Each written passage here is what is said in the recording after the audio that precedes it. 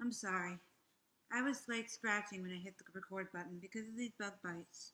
Because it's Florida and these bugs love me and want to marry me, but I'm not into bugs. Ugh. Flies and flying ants. Like, flying ants are the worst ones. Like, red ants, like, I haven't been really bitten by red ants, but flying ants are the worst. Right now, flying ants are the worst. But anyway, that's Florida. In the summer for ya. Whoa, mother crappers. Well, anyway, today I'm going to talk about what it's like to have Aspergers. So I'm on the high functioning part of Aspergers. Like there's this autism spectrum, and like there are people who are more severely, are more severe, and there are people who are more high functioning. And I'm high functioning, like I can live on my own. Like I can cook, I can do laundry, I can like go grocery shopping. I can walk to the store and go grocery shopping. But there's some people who need help like with their meds, need help like waking up in the morning, need help with certain things. So I'm more high functioning. But honestly, having Asperger's comes with a lot of shit. And these bug bites are killing me. I need to put some stuff on them later. But Asperger's comes with a lot of shit. A shit ton of stuff. Like, honestly, if you want to be social, it's really hard. Because I'm not very good at social cues, and I'm not really, like, sometimes I'm not really sure when I'm included or not. Because sometimes I don't feel included in, in like a friend group, like it's two or three people, and I'm like, and they're saying like, oh, let's go over here, let's get out of the pool and go over here to the other side, and yeah, there's Margaret over there, and I know Margaret, and I'm uh, like, are they talking to everybody, or are they just gonna go see Margaret, or should I come go see Margaret with them? So sometimes I'm not totally sure if I'm included. Like, like sometimes, like they're like, oh, you're included, but sometimes I'm not really sure if I'm included. And I also like am not always sure like when people want me to be in a conversation. Like sometimes if I'm like standing somewhere, like let's say I'm standing in in a building and there's like Bob and Billy talking. And I'm kind of like standing there and like sometimes I am not sure if like Bob and Billy are okay with me joining the conversation or not. You know? Because if they're like cuz if they're like closed off and you can tell it's one thing. But like if just Bob and Billy are chilling and you're unsure if they're like open or not to like new like other people joining the conversation. You know, sometimes I'm not sure. So there's times I go, can I join you guys? Is it okay if I join? Because I'm not sure sometimes, but there are some times where where I feel kind of like embarrassed to ask that question because I don't want to admit I don't know social cues. So sometimes I'm embarrassed to ask that question. And I'm also bad at explaining things. Like I'm bad at explaining things. Like it is like right now I'm trying to explain all this and I'm having a terrible time. I'm having a very terrible time.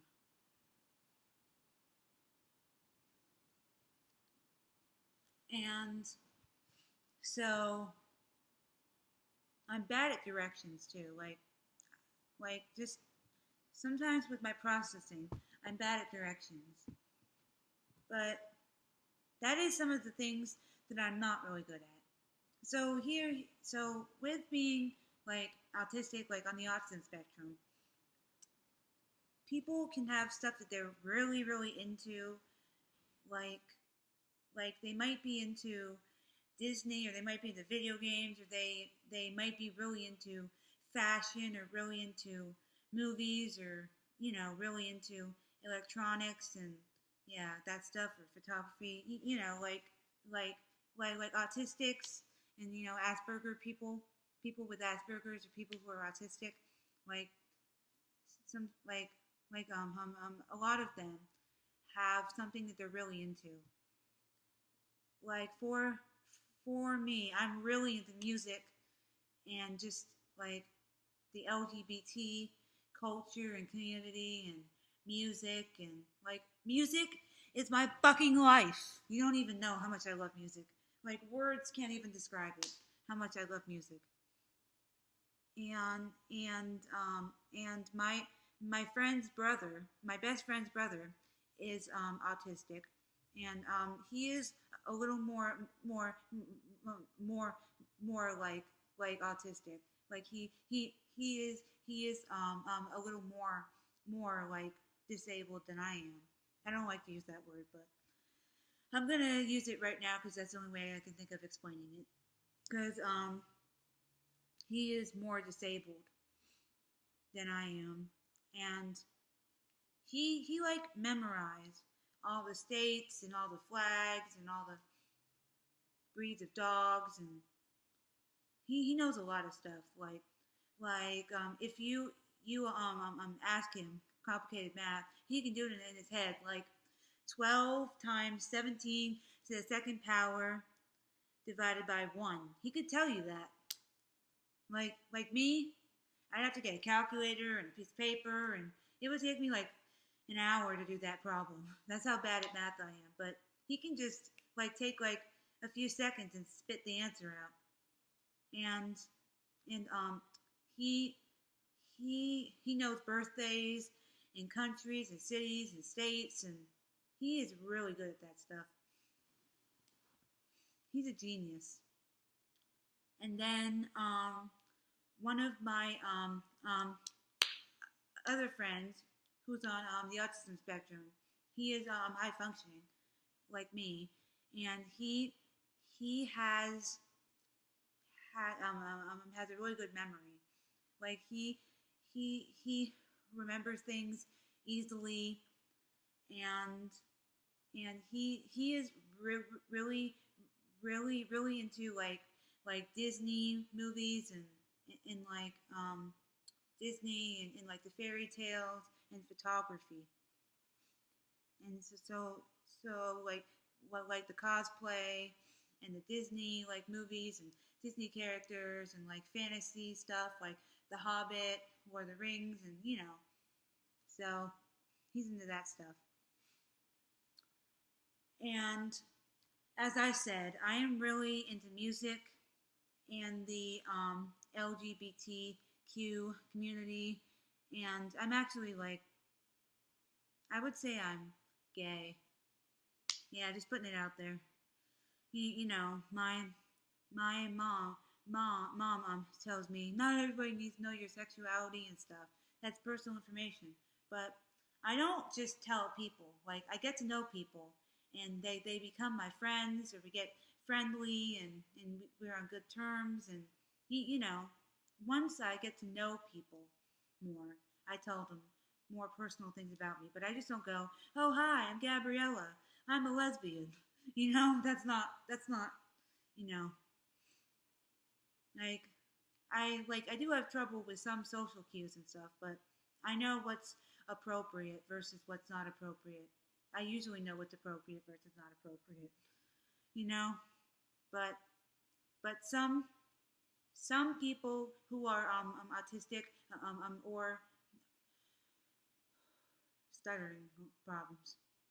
So some people who are on the autism spectrum, or who have Aspergers, some people have trouble with more of what's appropriate versus what's not appropriate to say in certain situations. Like I know this girl that she says a lot of things that pop into her head. Like it is for instance, the other day we went to the beach and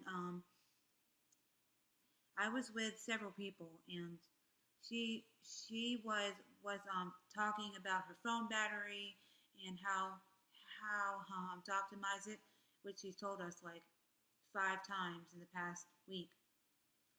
And and she was just saying the random thoughts that came into her head, which not all of them need to be said out loud. And damn it, just a second, my computer went to sleep. But anyway, um, not everything that you think needs to be said out loud. You know what I mean? Like some some of the things people don't want to know or that they're not relevant, you know. And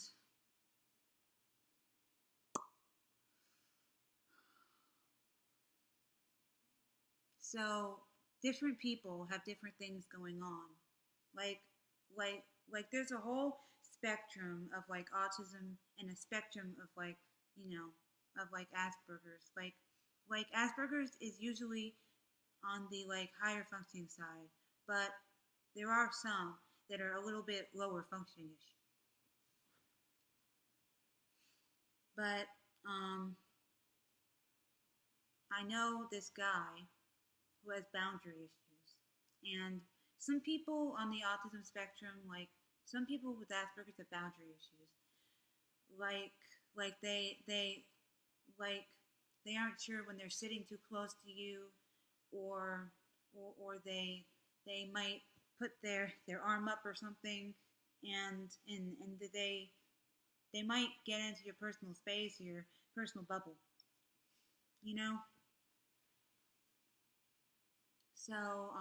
So basically, just simple communication is key. Like it is, like he put his head on my lap, and I'm like, Wyatt, please don't put your head on my lap. He's like, oh okay. He's like, okay, sorry, and he just sat up. And you can say can you back up a little bit? I feel like you're in my personal space, or you're too close to me. You know, it's just because sometimes autistics or people with Asperger's don't realize if they're saying something that's not relevant to conversation, or if they're like going past a boundary or something. So there are some autistics, some people with Asperger's like that.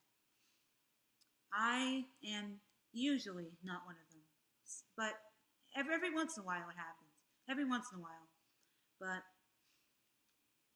I I usually do not get into people's personal space. And also like some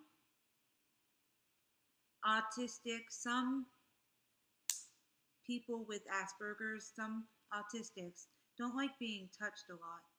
Like it is some people don't like being poked at or like my mom in the car. She'd go like, oh, did you remember this? And I'm like, do you have to touch me? She's like, oh, remember this? Oh, you think of this? Oh, look at this. And I'm like, can you please not tap me, or can you please not like slap my leg? Like it's uncomfortable for me, you know? He's like, oh, I didn't tell you. And I'm like, can you please not touch my arm like that? And she's like, sorry. Yeah, so, but honestly, like for for me, hugs are fine and stuff. But just someone like like random randomly touching me all the time is not really my favorite thing.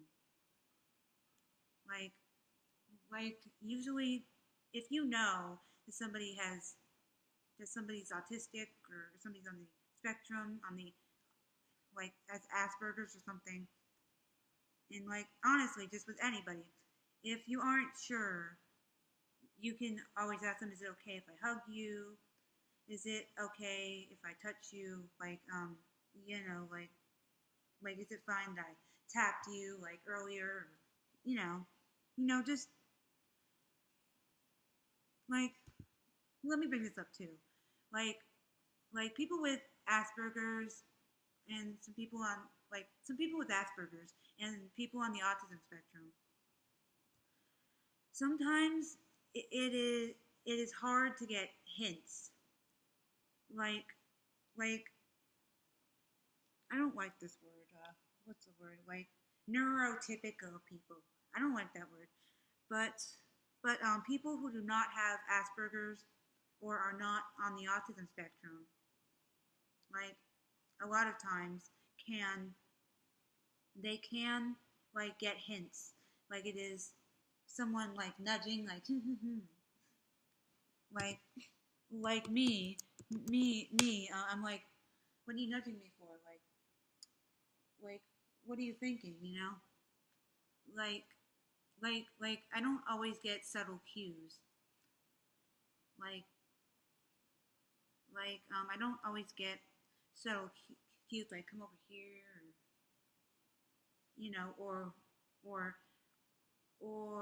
or the subtle cue where someone means stop doing that, or like come over here, or I want to talk to you for a moment when you're in a group. Like honestly, there are just some cues that are like subtly hinted at that just people on the autism spectrum and people who have Asperger's sometimes do not catch on to. So being upfront is a lot easier. Like it is dating. Like maybe it's can I kiss you, or I really want to kiss you right now, or it is like come over here, can I talk to you, or or or like or just being more upfront is helpful.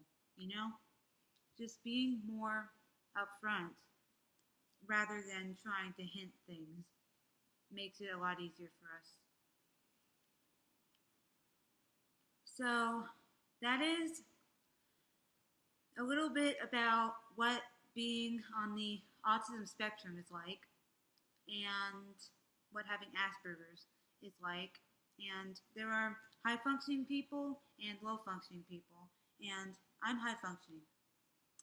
And so I hope you enjoyed this video, and I hope that you learned something, just at least a little bit, because I want to just get this out here and just talk about it. Even if I have trouble explaining things, I still want to talk about it and just make people more aware. So I hope you enjoyed this. Like, comment, subscribe, and check out my other videos, and have a great day.